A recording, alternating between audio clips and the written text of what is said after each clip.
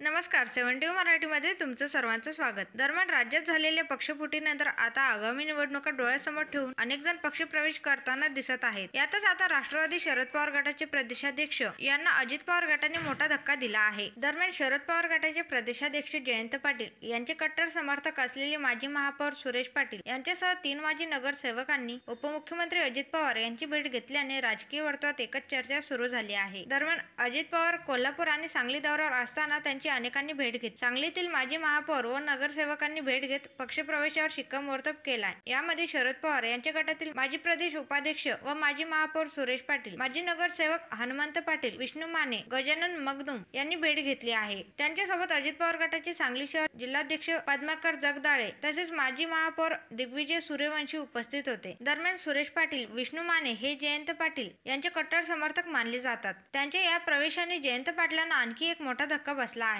शरद पवार यांच्या राष्ट्रवादीचे 4 माजी महापौर व अनेक माजी नगरसेवक अजित पवार गटात सहभागी झाले आहेत. त्यामुळे महापालिका क्षेत्रात जयंत पाटील यांच्या गटाची मोठी पडझड झाली आहे. त्यामुळे शरद पवार गटाला हा मोठा धक्का मानला जात आहे. तर मित्रांनो, याबद्दल तुमचं काय मत आहे ते खाली कमेंटमध्ये नक्की सांगा.